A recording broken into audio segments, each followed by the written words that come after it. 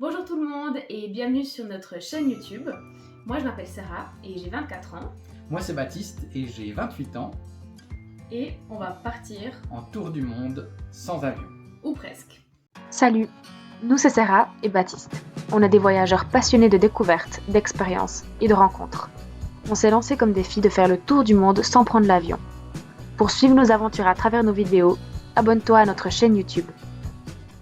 Alors pour parler un peu de nous et des voyages, ça fait longtemps qu'on voyage les deux ensemble. On a fait différents voyages, notamment parti en Afrique pour faire des safaris. On est aussi parti en Chine et au Suriname, dans la forêt tropicale en Amérique du Sud. Et puis aussi Asie du Sud-Est, donc on a pas mal voyagé ensemble. Et avec la pandémie dernièrement, on a aussi beaucoup voyagé en Suisse et on a visité beaucoup d'endroits. On a pas mal découvert nos régions, donc ça c'était aussi une autre forme de voyage qu'on a beaucoup aimé. Mais ça nous a aussi renforcé dans notre envie qui est un rêve de toujours, qui est de faire le tour du monde, le tour de notre planète. Et de prendre beaucoup de temps pour le faire, donc de partir pour une année. Puis ça fait à peu près 2 ans maintenant que cette idée a évolué dans le but de faire un tour du monde sans avion. Donc il y a 2 ans, c'était pas encore la pandémie, ça paraissait plus faisable que maintenant. Le but c'était de prendre des cargos pour traverser les deux océans, d'abord Atlantique puis Pacifique. Et puis ça fait 2 ans qu'on fait des recherches là-dessus, en particulier ces derniers mois. Et puis là, avec la pandémie, ça a tout rendu beaucoup plus difficile. On était sur des listes d'attente pour prendre des cargos. Et puis là, on a appris il y a quelques semaines que les cargos ne vont pas prendre de passagers cette année, ce qui complique beaucoup la traversée de l'Atlantique. Et là, notre plan B. Notre plan B maintenant, c'est de faire équipier sur un voilier pour traverser l'Atlantique. Et le problème, c'est qu'il y a beaucoup de demandes et qu'il n'y a pas beaucoup d'offres. Même si on a un peu d'expérience, on a déjà fait quelques vacances en voilier sur la Méditerranée. Mais l'expérience, en fait, c'est pas vraiment ce qui compte. Ce qui compte, c'est d'avoir un feeling avec la personne qui met l'annonce, la recherche d'équipier, aussi d'avoir des contacts. Donc actuellement, on est toujours en recherche et on espère qu'on pourra trouver un embarquement pour traverser l'Atlantique à partir des Canaries. Et puis, si on ne trouve pas, eh ben, on a l'impression qu'on aura essayé tout ce qui est possible. On a aussi regardé les croisières, mais en termes de pollution, c'est encore plus catastrophique que l'avion. Si on ne trouve pas d'autres moyens, ben, on traversera quand même avec un seul vol direct pour traverser l'Atlantique. Mais ça, on va dire que c'est le plan C, puis pour l'instant, on se focalise sur le plan B. Si on prend l'avion, on partira probablement d'Espagne et on ira jusqu'au Mexique. Alors, pour vous parler un peu de la préparation que demande ce genre de grand voyage, il y a plein de choses auxquelles il faut penser bien en avance, plusieurs mois en avance. Il y a la question de remettre son appartement. Nous, on habitait ensemble depuis plusieurs années. Et donc on a dû trouver une nouvelle locataire pour notre appartement. On a dû trier toutes nos affaires, savoir ce qu'on jetait, ce qu'on mettait chez des amis, de la famille, ce qu'on vend et ce qu'on prend avec. Et ce qu'on prend avec en tour du monde. Donc il y a déjà un gros tri qui a été fait ces dernières semaines, ce qui est pas mal parce que ça permet de diluer un peu le travail de tri et de rangement des affaires. Et puis les questions administratives où on se rendait compte un peu des choses à faire et en fait il y a 10 fois plus que ce qu'on imaginait, Voilà. que ce soit les assurances, les banques, avertir les impôts, gérer nos cotisations professionnelles.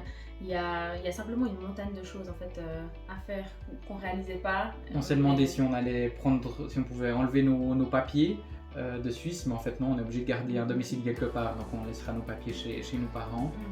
Et du coup, on est obligé de continuer à payer nos assurances, nos primes d'assurance maladie, donc c'est quelque chose à garder en tête, c'est un bon budget. Voilà. Et ensuite, il y a la question qui touche plus directement à la préparation du voyage. Donc tout d'abord, c'est la question de l'itinéraire. Et ça, c'est quelque chose d'assez compliqué, vu que justement, il y a le Covid, les frontières sont fermées. On a revu 6 fois notre itinéraire. On a voulu d'abord partir à l'est et ensuite à l'ouest et ensuite de nouveau à l'est et ensuite de nouveau à l'ouest. Donc on ne sait toujours pas exactement quel sera notre itinéraire. C'est ça, pour l'instant on vise l'Amérique centrale, mais tout peut encore changer d'ici un mois quand on partira. Mais donc tout ça pour dire qu'en fait on n'a pour l'instant aucun pays qui est certain. Ça va dépendre si on trouve un embarquement. Si on en trouve un, on ne sait même pas où est-ce qu'on arrivera sur la Terre. Mais après, on a la chance d'être intéressé par vraiment tous les pays. Enfin, c'est rare les pays où on n'aurait pas envie d'aller. Donc, on se laissera la flexibilité de changer nos itinéraires et puis d'adapter nos visites. C'est coincé un mois de plus dans un pays, on découvrira des choses qu'on n'aurait jamais découvertes autrement. Il y a aussi la question du budget.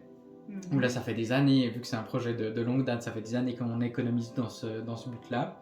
On a prévu un budget assez gros. On fera sûrement une autre vidéo pour détailler le budget et surtout comment on le dépense ces prochaines semaines. Mais on a prévu assez de marge pour pouvoir ne pas être frustré de ne pas pouvoir faire des activités dans certains pays, tout en sachant qu'on ne reviendra sûrement jamais dans ces pays. Ensuite, il y a aussi la question de l'achat d'affaires.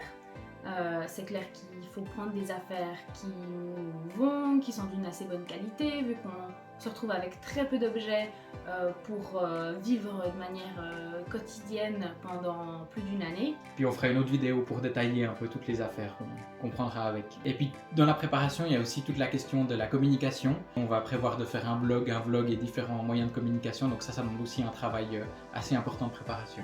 Ensuite, il y a un aspect un peu insolite, personnel de Serra. Personnel, qui est que j'avais des très longs cheveux jusqu'à maintenant et du coup j'ai décidé de me les couper pour des raisons pratiques pour le voyage.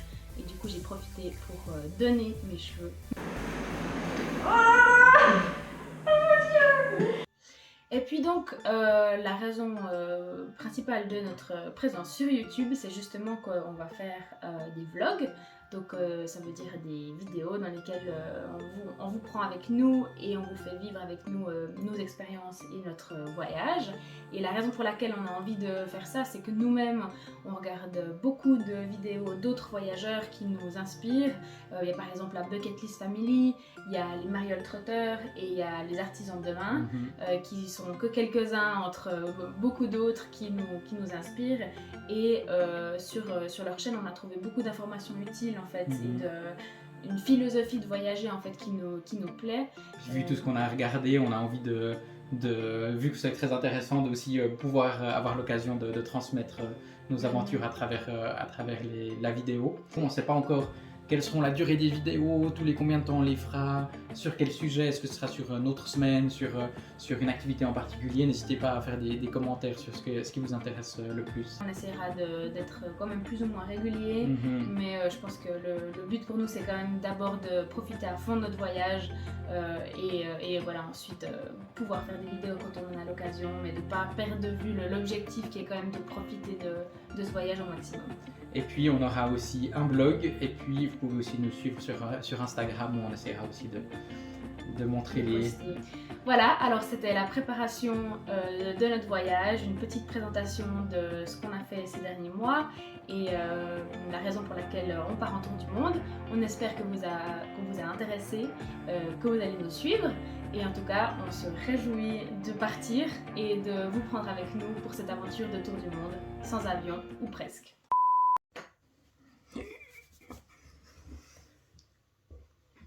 On y va ? C'est important, c'est là qu'on va nous voir pour la première fois. Enfin, voilà.